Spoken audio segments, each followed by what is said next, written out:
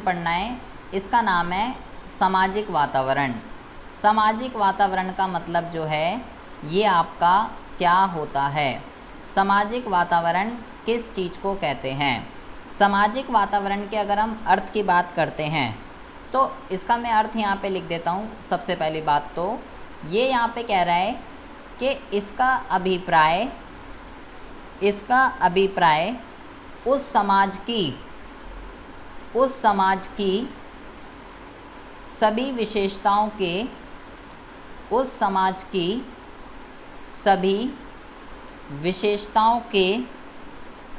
समूह से है, सभी विशेषताओं के समूह से है। कौन सी विशेषताओं के समूह से है? जिसमें संगठन क्या है, जिसमें संगठन जो है स्थापित है। इसका क्या मतलब होता है? देखिए, ये सामाजिक वातावरण का जो है मीनिंग है, बहुत ही ज़्यादा ध्यान से सुनेंगे। समाज का मतलब क्या होता है? समाज का मतलब होता है बेटा सोसाइटी, जहाँ पे आपका बिजनेस है। मान लीजिए आपका बिजनेस किसी ना किसी लोकेशन पे तो होगा ना, तो मान लीजिए आपका जो बिजनेस है, आपका जो व्यवसाय है वो यहाँ पर है इस लोकेलिटी में। तो भाई आपका बिजनेस जिस लोकेलिटी में है उसके आसपास जितने भी लोग जो रहते हैं, जिस तरीके के जो लोग रहते हैं वो सब क्या है? वो सब आपका समाज है। आपका व्यवसाय समाज से घिरा हुआ रहता है, हर जगह समाज ही समाज है। समाज का मतलब क्या? लोग जो आपके बिजनेस के आसपास रहते हैं। कोई तो रहता होगा ना, ऐसा तो नहीं अकेले आपने बिजनेस खोल लिया सुनसान जगह में। तो भाई कह रहा है इसका अभिप्राय उस समाज की सभी विशेषताओं के समूह से है जिसमें संगठन स्थापित है। जिस लोकेलिटी में, जिस जगह पे आपका संगठन स्टैब्लिश है, वहाँ के लोगों की जो जो विशेषताएं हैं, उन लोगों के अंदर जो जो फीचर्स हैं, वो जो है क्या है? वो जो है ना सामाजिक वातावरण है। क्वेश्चन ये है कि मेरे भाई ये फीचर्स का क्या मतलब है, कहना क्या चाह रहा है ये फीचर्स के रिगार्डिंग? तो इसके लिए आपको सबसे पहले तो सामाजिक वातावरण के घटक पढ़ने पड़ेंगे। ठीक है, घटक कह लीजिए या आप इस चीज़ को ही विशेषताएं कह लीजिए। घटक या विशेषताएं एक ही चीज़ जो है होती है। तो वो जो है, एक मिनट रुकिए ज़रा, देखिए। तो मैंने बोला ये समाज की विशेषताओं को समझने के लिए आपको जो है भाई सामाजिक के घटक पढ़ने पड़ेंगे। किस विशेषता की, किस घटक की बात कर रहा है ये, कौन कौन से घटक हैं? देखिए, सबसे पहला, ये बहुत ही ज़्यादा इम्पॉर्टेंट है। जब तक आपको ये समझ नहीं आएगा तब तक आपको सामाजिक वातावरण समझ नहीं आएगा। जैसे हमने आर्थिक के अंदर 3 वर्ड पढ़े थे ना, आर्थिक प्रणाली, आर्थिक दशाएं, आर्थिक नीतियाँ, बिल्कुल उसी तरीके से सामाजिक वातावरण के अंदर ऐसे ही कुछ वर्ड्स हैं। जैसे कि सबसे पहला वर्ड क्या है? सबसे पहला जो वर्ड है ये है आपका समाज के अंदर जो भी परंपराएं चलती हैं वो आपको जो है, आपको उस चीज़ की नॉलेज पता होनी चाहिए। परंपराएं का मतलब क्या होता है? परंपराओं का मतलब होता है ऐसी चीज़ें, ऐसी प्रथाएं जो लंबे समय से चलती आ रही हैं, उस चीज़ को प्रथाएं कहते हैं। जैसे कि भाई समाज जो है हर साल दिवाली मनाता है, ईद मनाता है, होली मनाता है, क्रिसमस मनाता है, ठीक है, गुरु पर्व बनाता है। तो मेरे भाई आपको जो है ना इन सब चीज़ों की नॉलेज होनी चाहिए कि आपका संगठन जिस समाज के अंदर है वो समाज किन परंपराओं को फॉलो करता है। क्या वो दिवाली बनाते हैं, क्या वो ईद बनाते हैं, क्या वो होली बनाते हैं, या वो क्रिसमस बनाते हैं, वो गुरु पर्व बनाते हैं, यहाँ पे ये नहीं आएगा, वो क्या बनाते हैं, इस चीज़ की आपको जो है नॉलेज होनी चाहिए। इसकी नॉलेज करके क्या करेंगे हम, अभी हम आगे बात करते हैं। तो समाज के अंदर जो परंपराएं चल रही हैं उसका आपको जो है पता होना चाहिए, सबसे पहली बात तो। दूसरा जो यहाँ पे वर्ड है वो है आपका सामाजिक प्रवृत्तियाँ। सामाजिक प्रवृत्तियाँ का मतलब क्या होता है? सामाजिक प्रवृत्तियों को इंग्लिश में हम कहते हैं सोशल, और प्रवृत्तियों का मतलब होता है ट्रेंड। ट्रेंड क्या चल रहा है? ट्रेंड का मतलब क्या होता है? ट्रेंड का मतलब, जैसे कि आप तो भली भांति जानते ही होंगे, ट्रेंड का मतलब क्या होता है। इंस्टाग्राम चलाते हो, यूट्यूब चलाते हो, तो ट्रेंड का मतलब क्या होता है कि भाई अभी करंट में, इस टाइम में कौन सी चीज़, लोग किस चीज़ की सबसे ज़्यादा डिमांड कर रहे हैं, क्या चल रहा है मार्केट के अंदर। जैसे कि अगर आप जैसे कभी कभार कोई भी कुछ भी चीज़ वायरल हो जाती है, यूट्यूब पे, इंस्टाग्राम पे कुछ भी चीज़ वायरल हो जाती है, तो हम कहते हैं भाई ये तो अभी तो ट्रेंड में चल रहा है, हर कोई यही कर रहा है। ट्रेंड का मतलब जब समाज के अंदर, सोसाइटी के अंदर सब वही कर रहे होते हैं, तब हम कहते हैं कि भाई ये तो ट्रेंड चल रहा है। तो आपको इस बात की नॉलेज होनी चाहिए कि जिस समाज के अंदर आपका संगठन है, उस समाज के अंदर क्या ट्रेंड चल रहा है। तो जैसे कि आजकल आपने देखा होगा कि लोग जो है ना, आजकल हेल्थ को लेके लोग बहुत ही ज़्यादा अवेयर हो चुके हैं। आजकल लोग अपने स्वास्थ्य को लेके बहुत ही ज़्यादा अवेयर हो चुके हैं आजकल लोग। जैसे कि आजकल लोग भाई हेल्थ के लिए जो है भाई जिम जा रहे हैं, है ना, जिम जा रहे हैं, हेल्थ के लिए भाई योगा कर रहे हैं, हेल्थ के लिए भाई कुछ दिक्कत परेशानी ना हो जाए, पानी भी भाई आजकल तो बिसलरी वाला बाहर से पी रहे हैं, नल वाला तो पी नहीं सकते, ख़राब आता है वो। जिम जाते हैं, योगा करते हैं, अच्छा पानी, साफ़ पानी पीते हैं, मतलब फिटनेस की तरफ जो है ना लोग आजकल बहुत ही ज़्यादा आकर्षित हो रहे हैं। ठीक है, तो भाई आपको इस बात की नॉलेज होनी चाहिए कि आपका जो समाज है उनमें क्या ट्रेंड चल रहा है। तो आपको जब इस चीज़ की नॉलेज होगी, ये आपके लिए अपॉर्चुनिटीज़ हैं, ये सब क्या हैं, आपके लिए अपॉर्चुनिटीज़ हैं।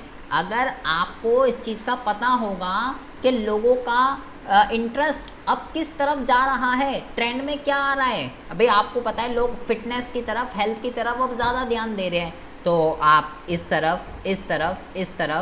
इन तरफ कुछ कीजिए। जैसे आजकल आप देख लो, पानी का काम आजकल इतना चल गया, आपको हर जगह देखोगे आज पानी पानी पानी, जिम ही जिम खुले जा रही हैं। पार्कों के अंदर भी आजकल तो भाई गवर्नमेंट जो है सीनियर सिटीज़न वगैरह के लिए जो है जिम वगैरह ओपन करवा रही है।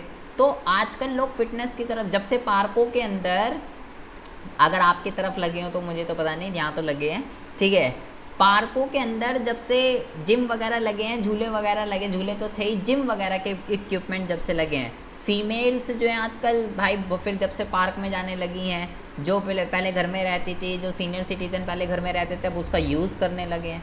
तो ये आपको पता होना चाहिए ताकि आप इस चीज़ का फ़ायदा उठा सको। इस चीज़ को कहते हैं सोशल ट्रेंड। अगला जो वर्ड है ये है मूल्य। मूल्य का मतलब क्या होता है? मूल्य का मतलब होता है वैल्यू। वैल्यू का मतलब ये नहीं कि वो कितने रुपए की है, वैल्यू का मतलब होता है कि जो समाज होता है ना, समाज के अंदर कुछ नैतिक सिद्धांत होते हैं। नैतिक सिद्धांत का मतलब, यहाँ पे नैतिक सिद्धांत का मतलब लाइक समाज जो है भाई क्या कहते हैं, स्वतंत्रता चाहता है। ठीक है, मूल्य के अंदर क्या क्या चीज़ें आती हैं? समाज स्वतंत्रता चाहता है, सबसे इम्पोर्टेंट चीज़, समाज जो है सामाजिक न्याय चाहता है, ये चाहता है समानता, स्वतंत्रता, सामाजिक न्याय, इक्वालिटी चाहता है, फ्रीडम चाहता है, एंड उसके साथ कुछ गलत ना हो, सोशल जस्टिस चाहता है, ये सब चीज़ें चाहता है समाज। इस चीज़ को नैतिक सिद्धांत कहते हैं, जो समाज के अंदर प्रचलित हैं, या ये मूल्य हैं। तो आपको जो है ना, आपको जो है इन सब चीज़ों की नॉलेज होनी चाहिए। ये हो गया आपका तीसरा मूल्य। तो सामाजिक वातावरण को समझने के लिए आपको जो है भाई सबसे पहले तो इन तीनों वर्ड्स को समझना पड़ेगा। जैसे आर्थिक के लिए वो तीनों वर्ड को समझना था, बिल्कुल इसी तरीके से सामाजिक के लिए भी आपको इन तीनों वर्ड को समझना पड़ेगा कि समाज के अंदर क्या परंपराएं चल रही हैं, क्या ट्रेंड में चल रहा है, क्या वैल्यूज़ चल रही हैं। ये सब सारी चीज़ें समाज के अंदर जो हैं आती हैं। ठीक है जी। अच्छा, अब आती है बात, क्या कहते हैं, क्योंकि ये आपके व्यवसाय को प्रभावित करती हैं, आप इसको अनदेखा नहीं कर सकते। अगर आपने इसको अनदेखा कर दिया तो मेरे भाई बहुत ही ज़्यादा दिक्कत परेशानी आ जाएगी। इन सब चीज़ों की नॉलेज, मैं कह रहा हूँ आपको ये पता होना चाहिए कि आपका समाज किन परंपराओं को अपनाता है। मतलब कि वो दिवाली बनाता है, ईद बनाता है, होली बनाता है, या भाई क्रिसमस बनाता है, गुरु पर्व बनाता है, क्या बनाता है। तो आप अगर जब आपको पता होगा, आप देखते होगे, जैसे आप जहाँ रहते हो, जब दिवाली आती है तो आसपास के जो दुकानदार होते हैं वो दिवाली का सामान रखने लग जाते हैं। होली आती है तो होली का सामान रखने लग जाते हैं। ठीक है, ईद आती है ईद का, क्रिसमस आती है क्रिसमस का। ऐसा वो क्यों करते हैं? क्योंकि उन्हें पता है कि मेरा जो बिज़नेस है, जिस समाज के अंदर है, वो समाज किन परंपराओं को फॉलो करते हैं। उन्हें पता है मैं अगर दिवाली का सामान रखूँगा तो वो बिकेगा, मेरी सेल बढ़ेगी। भाई कोई भी दुकान पे देख लो, लाइट्स बेचने लग जाते हैं दिवाली के, कोई भी दिए, कैंडल, जो भी दिवाली का सामान होता है वो रखने लग जाते हैं। होली में कलर बेचने लग जाते हैं, बैलून्स बेचने लग जाते हैं। उन्हें पता है कि भाई वो बिकेगा। अगर ऐसे ही, जैसे कि मान लो सोशल ट्रेंड की बात करते हैं, सोशल ट्रेंड के अंदर जैसे कि मान लीजिए अभी कोविड के टाइम पे क्या ट्रेंड में आ गया, सैनिटाइज़र और मास्क, ये ट्रेंड में आ गया कि भाई लोग हेल्थ को लेके अवेयर हो चुके हैं, ये तो बिकेगा ही बिकेगा। हर कोई भाई साहब सैनिटाइज़र और मास्क जो है बेचने लग गया। हर दुकान पे आज आपको जो है सैनिटाइज़र और मास्क जो है मिलने लगेगा। कोने कोने पे सैनिटाइज़र और मास्क बिकने लग गए। क्यों? क्योंकि ट्रेंड में आ गया। उन्हें पता है ये रखूँगा तो बिकेगा और मेरी सेल में इंक्रीमेंट होगी। तो इसलिए आपको इन सब की नॉलेज होनी चाहिए। ये आपके लिए अवसर भी हो सकते हैं और ये आपके लिए खतरे भी हो सकते हैं। आपको अगर इसकी नॉलेज होगी तो भाई अगर अवसर है तो आप फ़ायदा उठा सकते हो, खतरे हैं तो आप उसके लिए पहले से ही प्रिपेयर करके चल सकते हो। तो इस चीज़ को हम कहते हैं सामाजिक वातावरण। हमने आर्थिक पढ़ लिया, हमने सामाजिक पढ़ लिया। अब हम बात करते हैं तीसरे वातावरण के रिगार्डिंग। तीसरा जो वातावरण है इसको हम कहते हैं तकनीकी वातावरण। ये बहुत ही ज़्यादा इजी है, इसमें कुछ ऐसा नहीं करना। टेक्नोलॉजिकल इन्वायरमेंट, तो अगर मैं इसका अर्थ लिखना चाहूँ तो मैं यहाँ पे लिखूँगा कि इसका अभिप्राय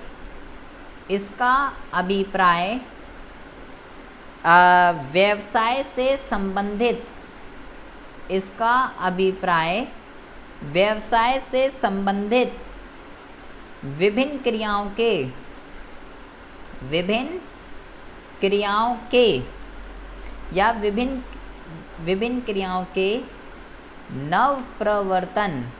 नवप्रवर्तन से है।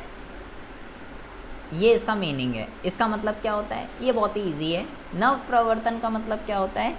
नवप्रवर्तन का मतलब होता है, देख लेना नवप्रवर्तन कैसे लिखते हैं। ऐसे लिखेंगे नवप्रवर्तन,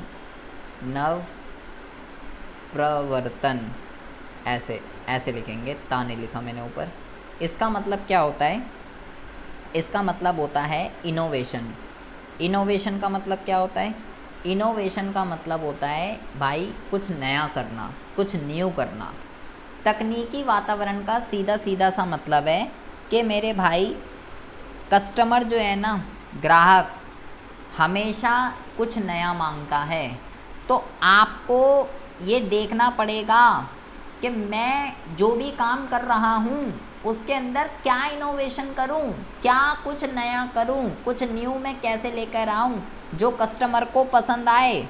अगर आप जिस जगह पे आपका व्यवसाय है, जिस जगह पे आपका बिजनेस है, वहाँ का समाज क्या चाहता है, अगर आपको इस चीज़ की नॉलेज नहीं है टेक्निकली, तो भाई आप उस समाज के अंदर नहीं टिक सकते।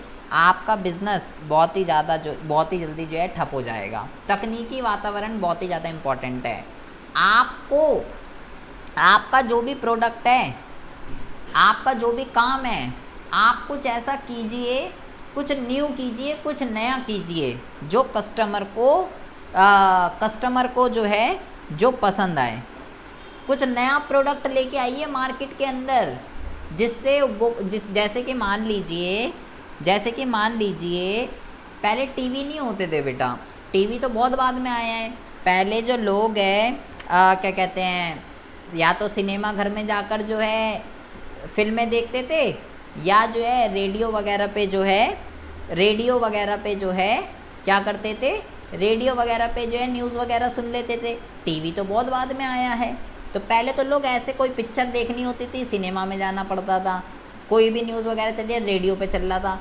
लेकिन जैसे ही टीवी आया, भाई किसी ने तो दिमाग लगाया होगा ना, इनोवेशन हुई कि भाई ये है चीज़। जैसे ही टीवी आया, टीवी के आने से इन दोनों इंडस्ट्रीज़ पे क्या हो गया, बहुत ही ज़्यादा बुरा प्रभाव पड़ा। क्योंकि आज कुछ भी देखना हो, कोई भी फिल्म आ रही हो, कोई भी न्यूज़ देखनी हो, तो भाई हम क्या कर लेते हैं, टीवी में देख लेते हैं। ना सिनेमा घर जाने की ज़रूरत, ना सिनेमा घर जाने की ज़रूरत, ना जो है कहीं जाने की ज़रूरत। तो टीवी क्या है, इनोवेशन है। कुछ नया प्रोडक्ट आया मार्केट के अंदर जिसने पूरी इंडस्ट्री को ही तहस नहस कर दिया। और देखिए, और जो है पहले एक का एक छापने के लिए कार्बन पेपर का यूज़ किया जाता था। नीले कलर का जो होता था उसको एक पेपर के नीचे लगा देते थे, फिर उसके ऊपर लिखते थे, वैसे का वैसा छप जाता था। तो कार्बन पहले चलता था बहुत ज़्यादा, किसी का कुछ डुप्लीकेट बनाने के लिए कार्बन का यूज़ होता था। लेकिन मैंने क्या बोला, कुछ नया, कुछ इनोवेटिव कीजिए, कुछ नया, जो भाई अपने काम को करने की नई नई विधियों की खोज कीजिए कि आप अपने काम को नए तरीके से कैसे कर सकते हो। फिर मार्केट के अंदर जो है फ़ोटोस्टेट की मशीन आ गई। जब मार्केट के अंदर फ़ोटोस्टेट की मशीन आई तो भाई साहब जो कार्बन इंडस्ट्री थी तहस नहस हो गई। आज कार्बन को कोई पूछता भी नहीं है, कुछ भी कराना है झट सीधा हम क्या करा लेते हैं, फ़ोटोस्टेट करा लेते हैं, काम बन जाता है। तो ये सब क्या है, ये बेटा इनोवेशन है। तो आपको भी कुछ ऐसा करना पड़ेगा कि जो आपके प्रोडक्ट को कुछ नया बनाइए, काम को करने की नई नई विधियों की खोज कीजिए, कैसे भी करके कुछ नया कीजिए। अपने बिज़नेस को चलाने के लिए नए नए मेथड्स को जो है रिसर्च कीजिए, खोजिए, तभी आप मार्केट के अंदर सरवाइव कर सकते हो। अदरवाइज़ आप जो है मार्केट के अंदर सरवाइव नहीं कर सकते हो। ये जो है क्या कहलाता है, ये कहलाता है आपका तकनीकी वातावरण। तकनीकी बहुत सिंपल है कि बिज़नेस को करने के लिए कुछ नया कीजिए, इनोवेटिव, वो तकनीकी वातावरण है। तो तकनीकी वातावरण आप बहुत ही ईजिली आइडेंटिफाई भी कर सकते हो अगर केस स्टडी में आता है। अब बेटा बहुत ही ज़्यादा ध्यान से आपको सुनना है। अगला जो है, अब ज़रा ध्यान से सुनेंगे, अगला जो है इसको हम कहते हैं वैधानिक वातावरण। वैधानिक वातावरण जो है ये क्या होता है, अभी मैं आपको जो दो बताने वाला हूँ वो आपको सिमिलर से लगेंगे, लेकिन बेटा वो सिमिलर नहीं है, ज़रा ध्यान से समझेंगे। वैधानिक का मतलब होता है लीगल। वैधानिक का मतलब क्या है, वैधानिक का मतलब है लीगल इन्वायरमेंट। लीगल इन्वायरमेंट क्या होता है, पहले हम ज़रा इसका अर्थ समझते हैं। हम यहाँ पे इसका अर्थ लिखते हैं कि इसका अभिप्राय सरकार द्वारा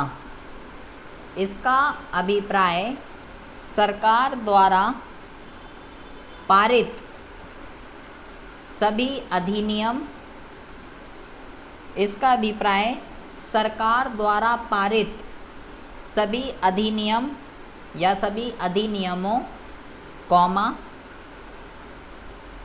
यहाँ पे हम लिखते हैं न्यायालयों के फैसलों या फैसले, कॉमा, तथा देश में नियुक्त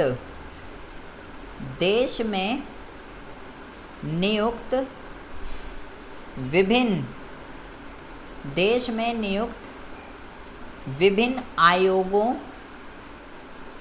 व एजेंसियों व एजेंसियों के निर्णयों से है, निर्णयों से है। अब ज़रा बेटा ध्यान से सुनेंगे इसका मतलब क्या होता है। वैधानिक और उसके बाद जो एक और बताऊंगा राजनीतिक। तो इसमें दोनों में जो है कंफ्यूज बिल्कुल भी नहीं होना है, ठीक है।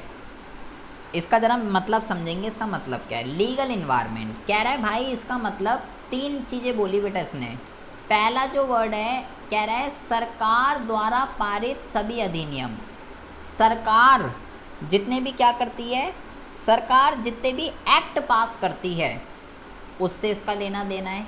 न्यायालय, न्यायालय का मतलब होता है कोर्ट। न्यायालय का मतलब क्या होता है, court. High court, supreme court, supreme court, न्यायालयों के फैसले। तो दूसरा जो वर्ड है वो है न्यायालयों के फैसले। और तीसरा इसने बोला देश में नियुक्त विभिन्न आयोग। आयोग का मतलब जैसे पहले मान लो नीति आयोग, नीति आयोग अगर आप जानते हो उसके बारे में, ठीक है।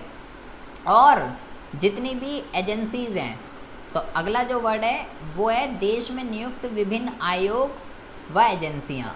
ये जो 3 टर्म इसने बोली है, ये कह रहा है ये तीनों सरकार, कोर्ट और आयोग, ये तीनों जितने भी डिसीज़न लेते हैं उसको भाई क्या कहते हैं, कौन कौन, गवर्नमेंट, कोर्ट और कौन, आयोग, ठीक है। आयोग को आयोग ही कहते हैं। ये तीनों जितने भी डिसीज़न लेते हैं वो भाई लीगल इन्वायरमेंट है। अब ये क्या डिसीज़न लेते हैं ज़रा बहुत ही ज़्यादा आपको ज़रा बहुत ही ज़्यादा जो है आपको बहुत ही ज़्यादा जो है ध्यान से समझना है, ठीक है बेटा। सबसे पहली बात तो आपको क्या समझना है, सबसे पहली बात तो आपको ये समझना है कि एक बारी जो यहाँ पे निर्णय ले लिया जाता है, एक बारी जो यहाँ पे डिसीज़न ले लिया जाता है उसके अंदर फिर चेंज नहीं हो सकता। जो निर्णय ले लिया जाता है उसके बाद परिवर्तन बहुत मुश्किल है, बहुत मुश्किल है। एक बारी जो डिसीज़न ले लिया उसके बाद वो पत्थर की लकीर हो जाएगी, वो हो गया तो हो गया, उसके बाद परिवर्तन बहुत मुश्किल है, नहीं हो सकता। क्या होगा, नहीं हो सकता, हो गया तो हो गया। जैसे कि बहुत ही ज़्यादा ध्यान से सुनेंगे, जैसे कि मान लीजिए एक एग्ज़ाम्पल मैं आपको देता हूँ। मान लीजिए हमने जो है 1991 में जब हमने उदारीकरण, निजीकरण, वैश्वीकरण को अपनाया तो 2 वर्ड होते हैं बेटा। पहला जो वर्ड है ये होता है FDI और दूसरा जो वर्ड होता है ये होता है FII। FDI का मतलब होता है फॉरेन डायरेक्ट इन्वेस्टमेंट, FII का मतलब होता है फॉरेन इंस्टीट्यूशनल इन्वेस्टमेंट। ये दोनों का मतलब क्या है आप अभी फ़िलहाल बस इतना समझ लीजिए। जब दूसरे देशों के लोग हमारे देशों के अंदर आकर अगर पैसा और इंडस्ट्री दोनों इस्टेब्लिश करते हैं तो FDI कहलाता है। और अगर दूसरे देशों के लोग भारत की कंपनी में या किसी भी चीज़ में पैसा लगाते हैं तो वो FII कहलाता है। मतलब जब दूसरे देशों के लोग हमारे देश में आकर इन्वेस्टमेंट करते हैं तो वो FDI और FII है। पहले क्या था, 1991 से पहले, 1991 से पहले हमने इन पे बहुत ही ज़्यादा प्रतिबंध लगा रखे थे, कोई नहीं आ सकता था। लेकिन 1991 के बाद जब हमने LPG को अडॉप्ट कर लिया, उदारीकरण, निजीकरण, वैश्वीकरण, लिबरलाइजेशन, प्राइवेटाइजेशन, ग्लोबलाइजेशन, उसके बाद ये प्रतिबंध हटे, उसके बाद ये प्रतिबंध हटे और ये डिसीज़न लिया गया गवर्नमेंट की तरफ से, अधिनियम पारित किया गया कि भाई आप आइए, कोई दिक्कत नहीं है, आइए। और उसके बाद ये भाई पत्थर की लकीर हो गई। अब ऐसा नहीं आज बोल दिया आ जाओ और कल बोलने नहीं थी अब तो आप जाओ, मुझे सही नहीं लग रहा आपका आना, आप ना चले जाओ, जैसा हम पहला था हम वैसे ही रखेंगे, ऐसा नहीं है। एक बारी जो हो गया वो हो गया। जैसे एक और एग्जांपल ले लीजिए, सरकार ने बोला भाई अब इनडायरेक्ट टैक्स के अंदर, पहले बेटा इनडायरेक्ट टैक्स में बहुत सारी चीज़ें आती थी, लेकिन अब सरकार ने बोला भाई सब कुछ ख़त्म, अब जो है ना जीएसटी आएगा, गुड्स एंड सर्विसेज टैक्स, और अब सब इनडायरेक्ट टैक्स ख़त्म। पहले बहुत तरीके के इनडायरेक्ट टैक्स होते थे, अब सरकार ने सब ख़त्म कर दिया। सरकार ने बोला वन टैक्स वन नेशन, एक ही टैक्स रहेगा हर जगह, जो भी है हर जगह जीएसटी लगेगा। ये डिसीजन ले लिया गया है। अब ये पत्थर की लकीर हो गई है, आंधी आ जाए या तूफान आ जाए ये रहेगा, अब ये चेंज नहीं हो सकता। तो ये क्या है, ये है बेटा वैधानिक, सरकार ने पारित कर दिया ना आज ये इनडायरेक्ट टैक्स अब सब खत्म, अब भाई जीएसटी रहेगा, तो पत्थर की लकीर है, अब चेंज नहीं हो सकता। इस चीज़ को हम कहते हैं वैधानिक वातावरण। तो ऐसे ही जो डिसीज़न अगर कोई गवर्नमेंट ले ले, कोई कोर्ट ले ले, कोई आयोग ले ले, ऐसे डिसीज़न जो ये तीनों द्वारा लिए जाते हैं और वो चेंज नहीं हो सकते, वो वैधानिक वातावरण के अंदर आते हैं। ध्यान रखना, चेंज पॉसिबल नहीं है यहाँ पे वैधानिक के अंदर। और ये जो डिसीज़न लिए जा रहे हैं ये हमारे बिजनेस को इफ़ेक्ट करते हैं बेटा, इसलिए हमें इसकी नॉलेज होना बहुत ही ज़्यादा ज़रूरी है। लास्ट की हम बात करते हैं। लास्ट जो है ये बेटा राजनीतिक वातावरण। राजनीतिक वातावरण का क्या मतलब होता है, तो ये हम यहाँ पे लिख देते हैं कि इसका अभिप्राय देश में, इसका अभिप्राय देश में क्या कहते हैं, राजनीतिक दशाएं, देश में राजनीतिक दशाएं व सरकार के व्यवसाय के प्रति, सरकार के व्यवसाय के प्रति दृष्टिकोण से है, दृष्टिकोण से है। ज़रा ध्यान से सुनेंगे। वैधानिक वातावरण के अंदर बेटा सरकार, कोर्ट और आयोग डिसीज़न ले रहे हैं, और ऐसे डिसीज़न जो पत्थर की लकीर हो जाएंगे, चेंज नहीं होंगे। राजनीतिक में क्या कह रहा है, राजनीतिक को पॉलिटिकल कहते हैं इंग्लिश में, पॉलिटिकल इन्वायरमेंट। पॉलिटिकल इन्वायरमेंट का मतलब क्या होता है, पॉलिटिकल इन्वायरमेंट का मतलब ये होता है यहाँ पे केवल सरकार का लेना देना है बेटा। पॉलिटिकल के अंदर केवल किसका लेना देना है, पॉलिटिकल के अंदर सबसे पहली बात तो केवल सरकार का लेना देना है, कोई कोर्ट कोई आयोग का लेना देना नहीं है, क्योंकि पॉलिटिकल राजनीतिक का मतलब है सरकार, ठीक है। तो सरकार का लेना देना है यहाँ पे केवल। इसका क्या मतलब है, इसका ये मतलब है कि जो सरकार है ना, सरकार आपका जिस भी टाइप का बिजनेस है, सरकार आपके बिजनेस के रिगार्डिंग क्या सोचती है, सरकार आपके बिजनेस के रिगार्डिंग क्या सोचती है, सरकार का जो टाइप है वो कितने प्रकार का है या किस टाइप की सरकार है। सरकार जैसे एक होती है एक दलीय सरकार, एक होती है बहुदलीय सरकार। एक दलीय मतलब जो अकेले ही सरकार बना देती है, जैसे मोदी की बनी हुई है। जब सीटें नहीं मिल पाती तो मिली जुली सरकार बनती है, दो पार्टी मिलके बनाती हैं जब सीटें नहीं मिल पाती। तो भाई सरकार आपके बिजनेस के रिगार्डिंग क्या सोचती है, सरकार किस टाइप की है। एक दलीय, जैसे अभी एक दलीय है तो जो भी डिसीजन होता है मोदी खुद ही ले लेता है, किसी से पूछना थोड़ी पड़ता। लेकिन अगर बेटा बहुदलीय होती, बहुदलीय मतलब अगर उसको सीट नहीं मिल पाती, दूसरी सरकार के साथ मिलजुल के सरकार बनानी पड़ती, तो वो डिसीज़न मोदी खुद थोड़ी ना ले पाता। जब चाहे जो डिसीज़न ले लिया, दूसरी से भी तो पूछना पड़ता ना। तो इस चीज़ का भी मैटर करता है। और जो सरकार है, सरकार का हम यहाँ पे लिखते हैं सरकार का स्थायित्व। स्थायित्व का मतलब सरकार टिक भी रही है या नहीं टिक रही। जैसे दिल्ली के अंदर हम जैसे बेचारा जब पहले केजरीवाल आया था वो बेचारा टिक नहीं पा रहा था, है ना, लेकिन इसको स्टेबल होने में टाइम लगा। तो ये जो सारी चीज़ें हैं, सरकार स्टेबल है अनस्टेबल है, सरकार का टाइप किस तरीके का है, सरकार आपके बिजनेस के रिगार्डिंग क्या सोचती है, ये जो सारी चीज़ें होती हैं ये बेटा आपके बिज़नेस को इफ़ेक्ट करती हैं बहुत ही ज़्यादा। पता चला सरकार स्टेबल ही नहीं है, एक सरकार आई वो कुछ और बोल ली थी, दूसरी आई वो कुछ और बोल ली है, दूसरी सरकार आ गई, एक दलीय है तो वो अकेला डिसीजन लेगा, बहुदलीय है तो भाई सबसे पूछ के लेना पड़ेगा। आपका बिजनेस जिस टाइप का है, किस कैटेगरी के अंदर आता है, तो वो सरकार जो भी है वो आपके बिजनेस के रिगार्डिंग क्या सोचती है, ये भी बहुत ही ज़्यादा मैटर करता है, क्योंकि ये सारी चीज़ें आपके बिजनेस को इफेक्ट करेंगे। तो ये क्या है, ये राजनीतिक, ठीक है। यहाँ पे भी डिसीजन लिए जा रहे हैं, लेकिन ऐसे नहीं है जो पत्थर की लकीर हो जाएं, ऐसे नहीं है यहाँ पे। और यहाँ पे केवल सरकार की बात हो रही है, यहाँ कोई कोर्ट, कोई आयोग की बात नहीं हो रही है, क्योंकि राजनीतिक का मतलब है केवल और केवल सरकार। ये है बेटा राजनीतिक वातावरण।